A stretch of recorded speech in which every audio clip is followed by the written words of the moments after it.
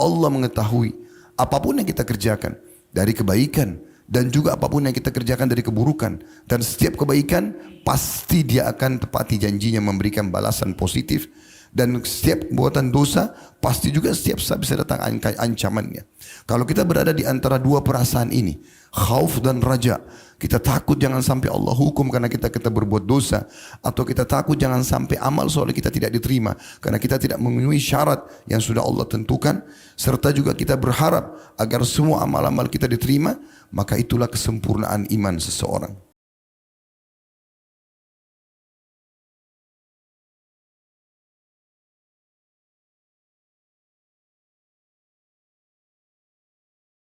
Innal hamdalillah, segala puji dan puja kehadirat Allah. Nahmaduhu wa nasta'inuhu wa nastaghfiruh. Hanya kepadanya kita memuji, meminta pertolongan serta bertaubat dari dosa-dosa kita. Wa na'udzu billahi min syururi anfusina. Dan hanya kepada Allah pula kita meminta agar dijauhkan dari keburukan diri kita. Wa min sayyiati a'malina, dan dari segala dosa yang pernah kita lakukan. May yahdihillahu fala mudhillalah. Barang siapa yang telah Allah berikan petunjuk maka tidak akan pernah sesat selamanya. Wa may yudlilhu fala hadiyalah. Dan barang siapa yang telah Allah sesatkan maka tidak akan mendapatkan petunjuk selamanya. Asyhadu an la ilaha illallah wahdahu la syarikalah wa asyhadu anna Muhammadan abduhu wa rasuluh. Saya bersaksi tiada Tuhan yang berhak disembah kecuali Allah dan Muhammad benar-benar hamba juga utusannya. Allah mengingatkan dalam kitabnya, ya ayyuhalladzina amanu taqullaha haqqa tuqatih wa la tamutunna illa wa antum muslimun. Hai sekalian orang-orang yang beriman, bertakwalah, hanya patuh dan tunduklah kepada satu-satunya pencipta segala sesuatunya, baik di langit, di bumi, di kedalaman lautan, terjangkau atau tidak terjangkau oleh mata manusia, yaitu Allah. Sebenar-benar patuh dan tunduk, dan janganlah kalian meninggal dunia kecuali dalam keadaan Islam. Di ayat yang lain juga Allah ingatkan, ya ayuhan nasu taqu rabbakum alladhi khalaqakum min nafsin wahidah wa khalaqa minha zawjaha wa batha minhuma rijalan katsiran wa nisaa wattaqullaha alladhi tasaaluna bihi wal arham innallaha kana 'alaikum raqiba. Hai sekalian manusia, sekali lagi bertakwalah kepada Allah, hanya patuh dan tunduklah kepada satu-satunya pencipta yang telah menciptakan kalian dari satu jiwa, yaitu Adam alaihissalam, dan menciptakan dari jiwa yang satu istrinya Hawa alaihissalam, dan telah banyak memberikan keturunan laki-laki juga perempuan dari keduanya. Sekali lagi bertakwalah kepada Allah dan jagalah hubungan silaturahim, sesungguhnya Allah senantiasa mengawasi kalian. Di ayat yang ketiga, ya ayyuhalladzina amanu taqullaha wa qulu qawlan sadida يصلح لكم أعمالكم ويغفر لكم ذنوبكم ومن يطع الله ورسوله فقد فاز فوزا عظيما. Hai sekalian orang yang beriman, bertakwalah kepada Allah dan jujurlah, niscaya Dia akan memperbaiki amal-amal perbuatan kalian, mengampuni dosa-dosa kalian. Barang siapa yang mentaati Allah dan Rasulnya, sungguh dia telah mendapatkan kemenangan yang besar. Amma ba'd, fa inna asdaqal hadithi kitabullah. Kita tahu sebaik-baik dan sejujur-jujur rujukan Islam, rujukan umat Islam dalam segala lini kehidupan mereka, terutama ibadah, yaitu kitabullah, Al-Quran. Wa khairu hadyu Muhammadin sallallahu alaihi wa ala alihi wa sahbihi wasallam. Dan sebaik-baik petunjuk selain Al-Quran dan petunjuk Nabi besar Muhammad sallallahu alaihi wa ala alihi wa sahbihi wasallam. Wa syarrul umuri muhdatsatuha. Dan seburuk-buruk perbuatan dalam ibadah yang tidak punya rujukan dari keduanya, Al-Quran dan Sunnah. Fa inna kulla muhdatsin bid'ah. Semua perbuatan yang tidak punya rujukan wahyu dikenal dengan perbuatan baru dalam agama. Wa nabiyatin dhalalah, dan perbuatan baru akan membawa pelakunya pada kesesatan. Wa dalam finar, kesesatan akan membawa pelakunya ke dalam api neraka. Saudaraku seiman, rahimani wa rahmakumullah. Pada kesempatan ini kita akan masuk ke bahasan khutbah Jumat lanjutan serial iman, dan kali ini adalah yang ketiga. Setelah kita membahas tentang masalah istiqamah dan juga mujahadah, kesempatan ini kita akan bahas masalah poin yang luar biasa pentingnya, dan ini bisa masuk dalam level tertinggi dalam agama kita, tentang masalah muraqabah. Iya saudaraku, setiap muslim akan selalu tentram hatinya kalau dia memahami poin yang akan kita bahas ini. Selalu tentram, di saat ada nikmat dia akan selalu bersyukur, di saat ada cobaan dia akan selalu bersabar. Dan seberat apapun yang sedang menimpa dia dalam kehidupan di muka bumi ini, dalam bentuk cobaan, dia akan sangat mudah bisa melewatinya. Dia selalu merasa tentram karena ada muraqabah. Apa kira-kira muraqabah itu?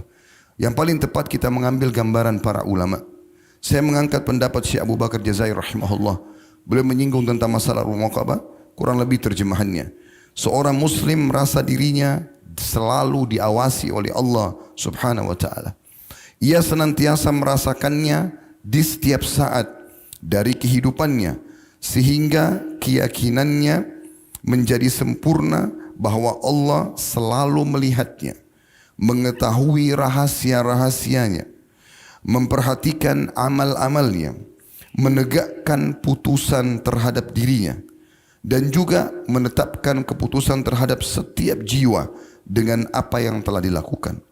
Oleh karena itu, dirinya tenggelam dalam pengawasan, keagungan dan kesempurnaan Allah, merasa damai dengan mengingatnya, memperoleh kenyamanan dengan menjalankan ketaatan kepadanya, mengharapkan pahala hanya dari sisinya, mengharapkan kepadanya dan berpaling dari selainnya.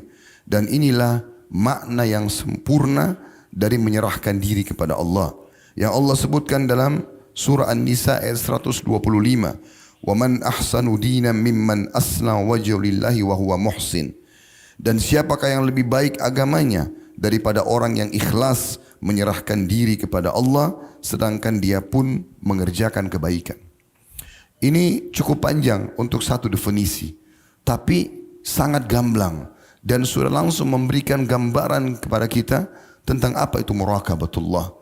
Bagaimana seorang mukmin selalu merasa tentram hatinya karena dia tahu ada Tuhannya yang selalu mengawasi dia dan akan menjawab setiap permintaan dia untuk memenuhi kebutuhannya, yang akan setiap saat mendengarkan kalau dia memohon ampunan, yang akan setiap saat hadir dalam kehidupan dia tanpa ada batas waktu untuk memecahkan permasalahan yang sedang dia hadapi. Seberat apapun musuh dan masalah yang sedang kita hadapi, maka Allah jauh lebih kuat daripada itu. Sebesar apapun nikmat yang sedang kita rasakan, Allah mampu memberikan yang lebih besar daripada itu.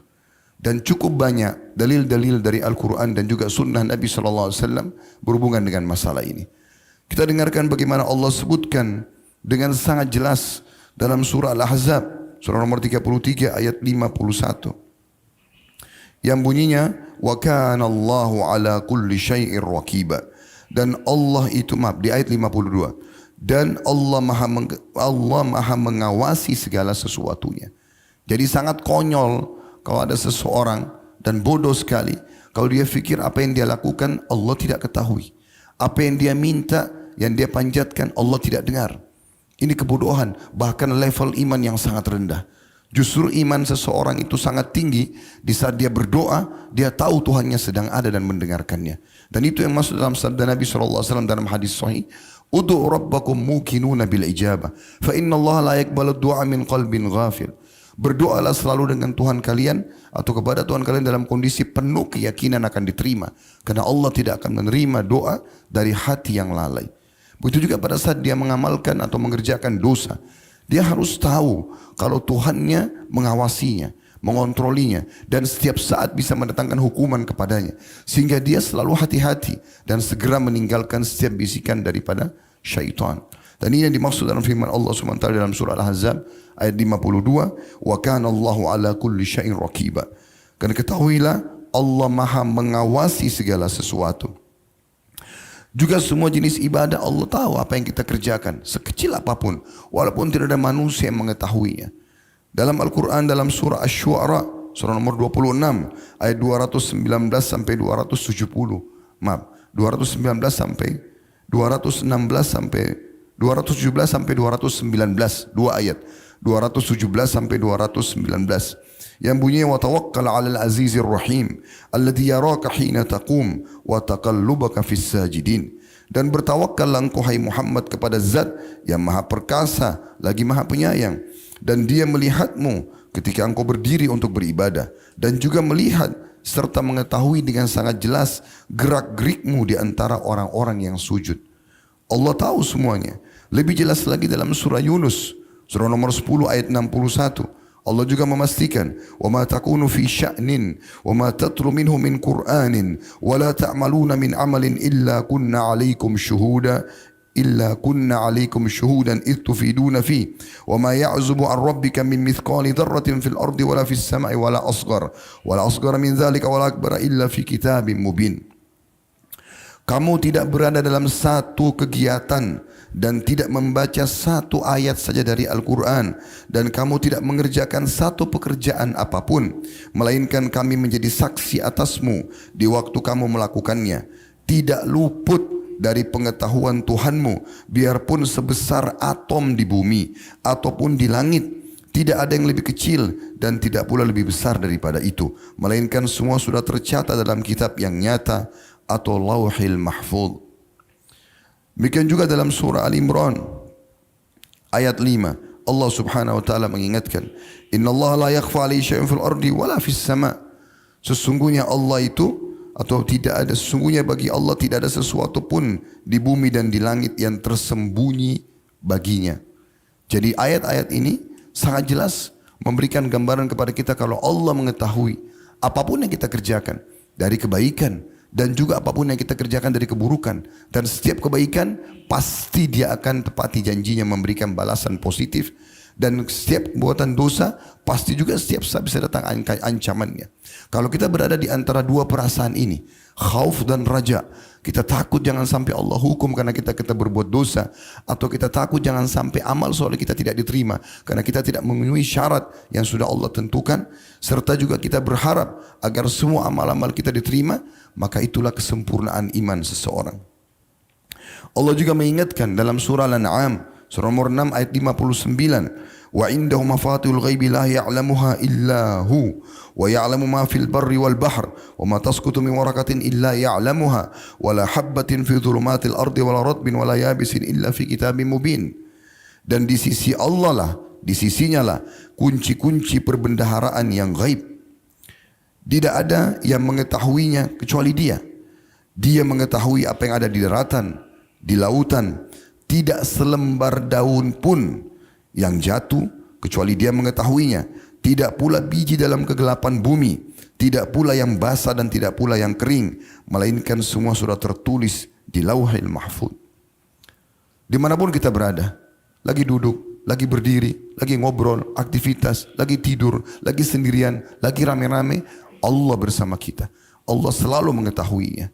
Makanya para salafus saleh dari kalangan sahabat ridwanullah alaihim, karena sangat tertanam kental perasaan ini, sehingga mereka selalu berhati-hati. Setiap kali mereka sholat, mereka berdiri seperti batang pohon kurma yang kokoh, sampai seseorang di antara mereka disengat dahinya oleh kumbang dan berdarah, dia tidak bergerak sedikit pun. Sebagian sahabat lagi berperang, dipanah oleh musuh, kena ke arah jantungnya, karena dia lagi sholat malam dan membaca surah Al-Kahfi, dia tidak bergerak sedikit pun, kena anak panah. Dan ini terus saja dilemparkan oleh mata-mata musuh tersebut sampai terkumpul kurang lebih 12 sampai 13 anak panah di jantungnya. Baru dia ruku. Pada saat dia bergerak, maka si mata-mata tadi baru tahu kalau itu manusia. Dari awal dia tidak tahu karena disemak belukar dan tidak bergerak. Dan dia mengatakan, demi Allah, kalau bukan karena saya takut dia lepaskan lagi anak panah satu lagi dan saya mati terbunuh, kemudian musuh menyerang Nabi SAW dan sahabat-sahabat yang lain, maka saya akan menyempurnakan membaca surah Al-Kahfi tersebut. Begitu luar biasanya. Kita kadang-kadang baru digigit oleh semut, baru sedikit udara gerah, kita sudah gelisah dan tidak khusyuk dalam sholat. Bagaimana muraqabah ini mengontrol seseorang dan memberikan kesempatan dia untuk merasa kehadiran Tuhannya. Begitu juga pada saat berbuat maksiat. Jangankan maksiat, ketidaksengajaan saja. Umar bin Khattab radhiyallahu anhu pernah ketinggalan sholat berjamaah asar. Beliau bayar dengan 800.000 dirham. Dibayar, padahal dia tidak sengaja. Anaknya Abdullah bin Umar pernah ketinggalan sholat asar juga berjamaah di masanya. Maka beliau ganti dengan sholat malam semalam suntuk. Dia bermujahadah, dia paksakan dirinya untuk menutupi apa yang sudah kurang. Jangankan buat maksiat, padahal sebenarnya ketinggalannya punya udzur syar'i. Apalagi kalau sampai berbuat dosa. Ada seorang sahabat pernah mengatakan datang kepada Nabi SAW, ya Rasulullah, saya sudah binasa, saya sudah hancur ya Rasulullah. Kata Nabi SAW, kenapa? Dia bilang, saya sudah melihat seorang wanita di pinggir kota Madinah, bahkan saya sempat menyentuhnya. Maka kata Nabi, dengan kondisi ketakutan, keringat dingin, dia takut dia dihukum oleh Allah SWT. Kata Nabi SAW, apakah kau sholat 5 waktu bersama kami? Kata dia, iya. Kata Nabi SAW, sesungguhnya perbuatan amal soleh menghapuskan dosa-dosa. Tapi kita lihat bagaimana ketakutan mereka dalam melakukan dosa. Berapa banyak orang di antara kita mengenai masalah ini. Setiap hari matanya lihat dosa, telinganya dengar dosa, tangannya menjamah dosa, kakinya melangkah ke tempat dosa, lisannya terus mengucapkan dosa, tanpa berfikir dan khawatir kalau Tuhannya akan menyiksanya. Ini hal yang harus diperhatikan baik-baik.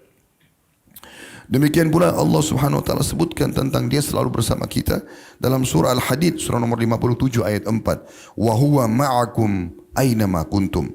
Dan dia selalu bersama kalian dimanapun kalian berada. Mau sendirian, mau rame-rame, mau lagi buat amal soleh, mau lagi buat dosa. Kalau buat amal soleh dia pasti akan balas dengan sebaik-baiknya. Berbuat dosa dia bisa hukum setiap saat. Demikian pula Allah Subhanahu wa taala mengingatkan dalam surah Al-Baqarah ayat 235, wa'lamu annallaha ya'lamu ma fi anfusikum fahdharu wa'lamu annallaha ghafurun halim. Ketahuilah, tanamkan dalam diri kalian bahwasanya Allah mengetahui apa yang ada dalam hatimu, maka takutlah kepadanya. Maka ketahuilah bahwa Allah Maha Pengampun lagi Maha Penyantun. Maksudnya kalau sudah faham ini, dengar ayat ini, mulai sekarang mohon ampun kepada Allah masa lalu, kemudian tahulah Allah kalau orang bertobat akan selalu menyantuninya. Dan ini masuk juga dalam sabda Nabi SAW tentang level tertinggi dalam agama kita, yaitu ihsan. Sebagaimana dalam sabda beliau dalam hadis yang masyhur riwayat Bukhari, an ta'budallaha ka'annaka tarah fa in lam takun tarahu fa innahu yarak. Hadis ini riwayat Bukhari Muslim. Beribadalah kepada Allah seakan-akan kamu melihatnya, maka sungguhnya dia kalau kau tidak melihatnya, maka yakinlah dia akan melihatmu atau dia selalu melihatmu. Untuk lebih lengkap khutbah ini kita akan coba datangkan beberapa sikap dari salafus saleh. Bagaimana mereka selalu menjaga muraqabatullah ini. Sehingga mereka seperti kata Syekh Abu Bakar Jazair, tenggelam dalam keagungan Allah Subhanahu wa taala. Selalu berada dalam takut kalau Allah hukum kalau berbuat dosa, sehingga dia jauh dari dosa sejauh-jauhnya, dan dia selalu berada di setiap kali ibadah yang diperintahkan karena memang dia tahu Allah akan membalasnya. Misalnya disebutkan kisah tentang Junaid rahimahullah, salah satu salafus saleh dulu. Pada saat ditanya, dengan apa kita dapat menentukan pandangan kita dari yang Allah haramkan? Karena banyak orang melanggar dengan masalah ini. Apalagi di masa kita, banyak wanita yang tidak menutup aurat di pinggir jalan sana, di mall penuh dengan musik-musik, banyak pelanggaran. Maka bagaimana caranya kita bisa menurunkan pandangan? Di masa kita sekarang mungkin ada handphone juga. Maka beliau mengatakan, dengan ilmumu atau dengan kau mengetahui bahwa pandangan zat Allah yang melihatmu lebih mendahului dari objek yang sedang kau tuju. Sufyan ats-Tsauri rahimahullah, seorang ulama tabi'in dari Mekah yang masyhur, sangat soleh sampai dapat julukan Sajjad, orang yang paling suka dengan sujud. Kalau ada hajat apapun, beliau sujud dan tidak pernah angkat kepalanya sampai hajatnya sudah dituangkan ke seluruhnya kepada Allah.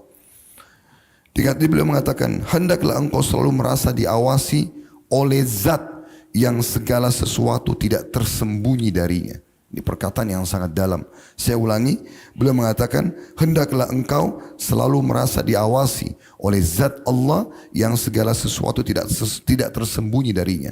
Hendaklah engkau selalu berharap hanya kepadanya, karena dia zat yang pasti menepati janjinya. Jadi hanya mohon kepada Allah, tinggalkan semua yang lainnya. Jangan minta kepada manusia. Minta kepada Allah, Allah akan gerakkan manusia untuk memenuhi kebutuhan kita. Dan beliau mengatakan, hendaklah engkau selalu takut, ini pesan yang ketiga dari beliau, kepada zat yang kuasa segera memberimu hukuman.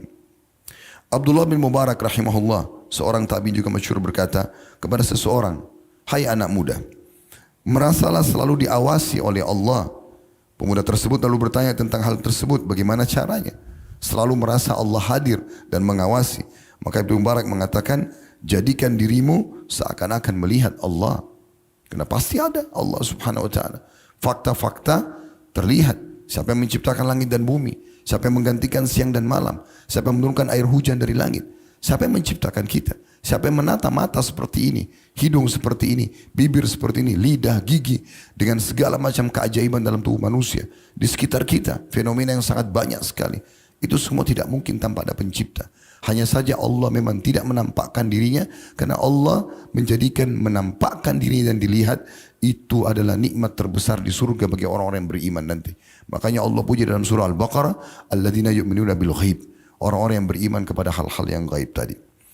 Abdullah bin Dinar rahimahullah berkata, suatu hari aku keluar bersama Umar bin Khattab radhiyallahu anhu menuju ke Mekah.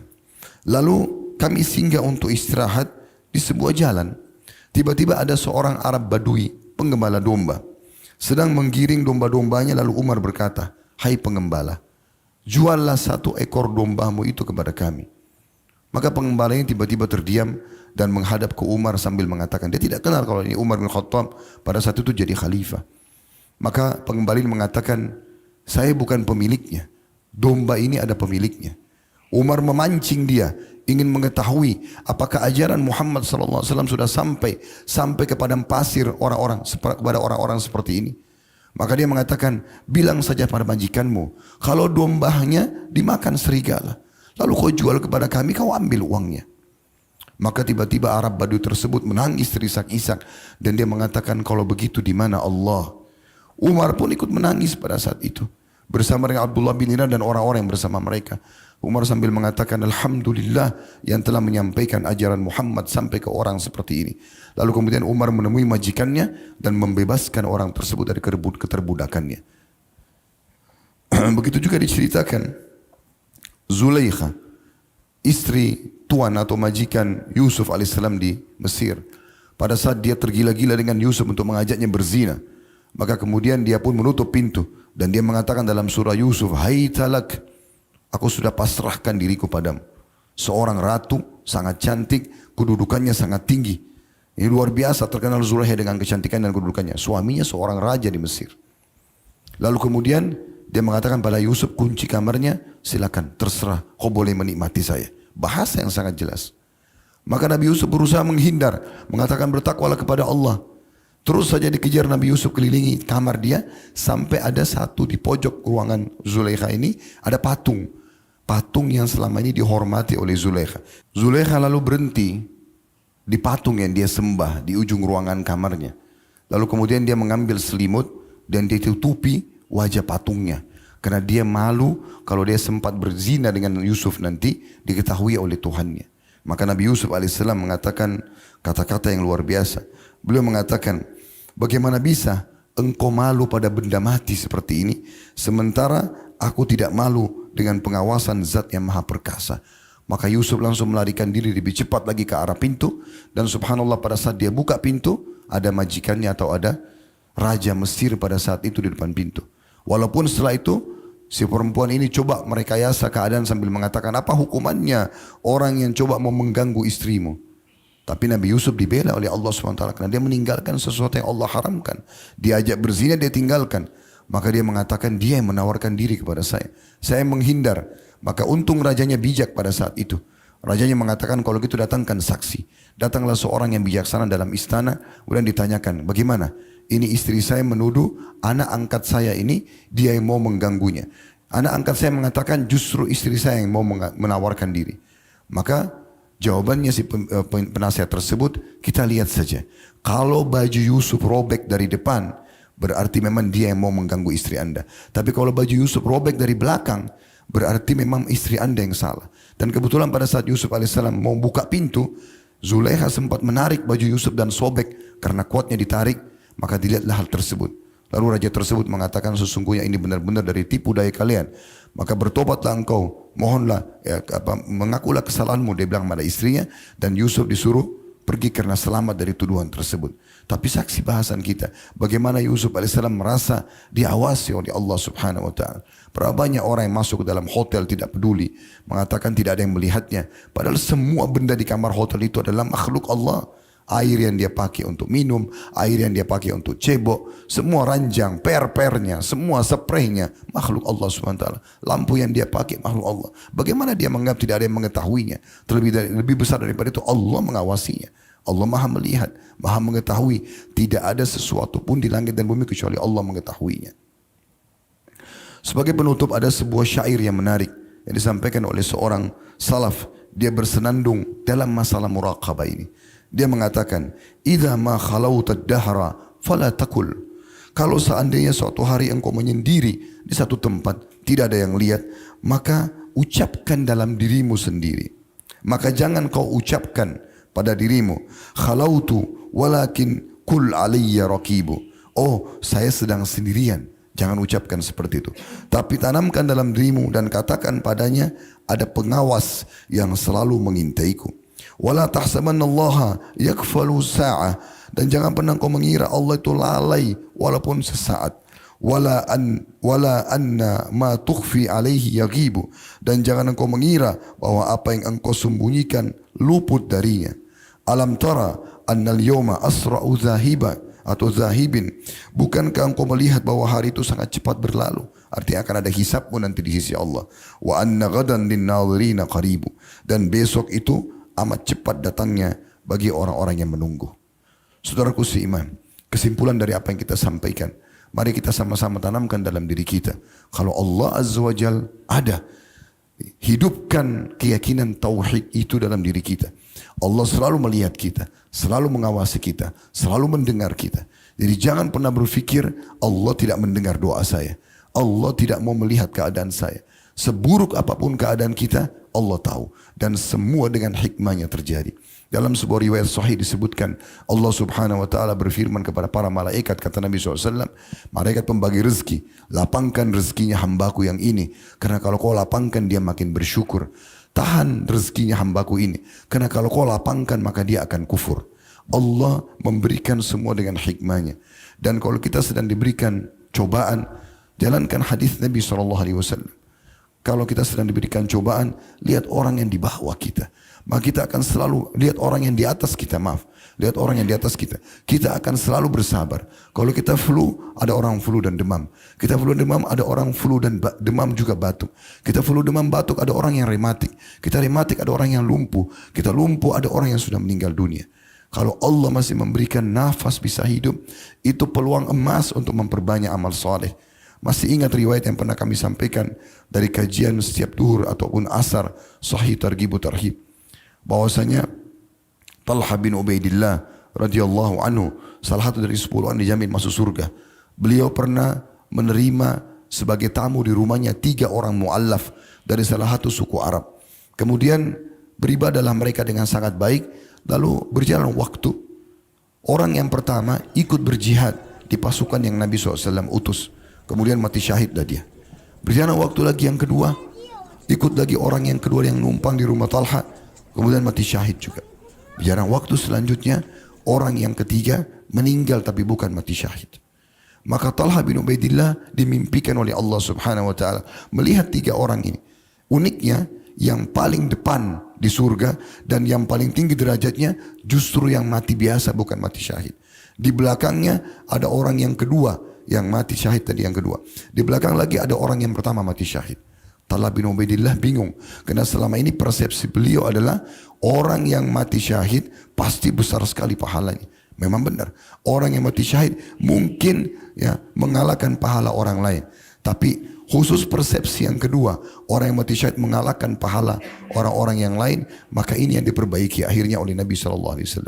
Waktu itu dia datang mengatakan, "Ya Rasulullah, kenapa bisa seperti ini mimpi saya?" Seakan-akan beliau mengatakan, kenapa bukan yang paling depan orang yang pertama mati syahid, kemudian orang yang kedua, lalu yang mati di atas ranjang yang ketiga ya Rasulullah. Kata Nabi SAW, kenapa kau heran hai Talha? Mana kamu dari solat dia, dari zikir dia, dari baca Quran dia, dari amal-amal sore dalam beberapa hari itu? Maksudnya apa? Beberapa hari saja Allah berikan kita kesempatan, bahkan beberapa detik saja kita masih bisa hidup dan beramal soleh. Sebuah nikmat yang luar biasa. Walaupun tubuh kita lumpuh, yang penting masih bisa bernafas. Ini kesempatan emas, jangan disia-siakan. Aku qauli hadza, saya sudah mengucapkan perkataan saya ini, wa astaghfirullah li wa lakum, dan saya beristighfar kepada Allah, mengajak jemaah istighfar kepada Allah.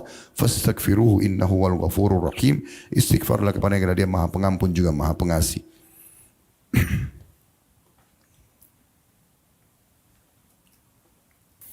Alhamdulillah wassalatu wassalamu ala Rasulillah.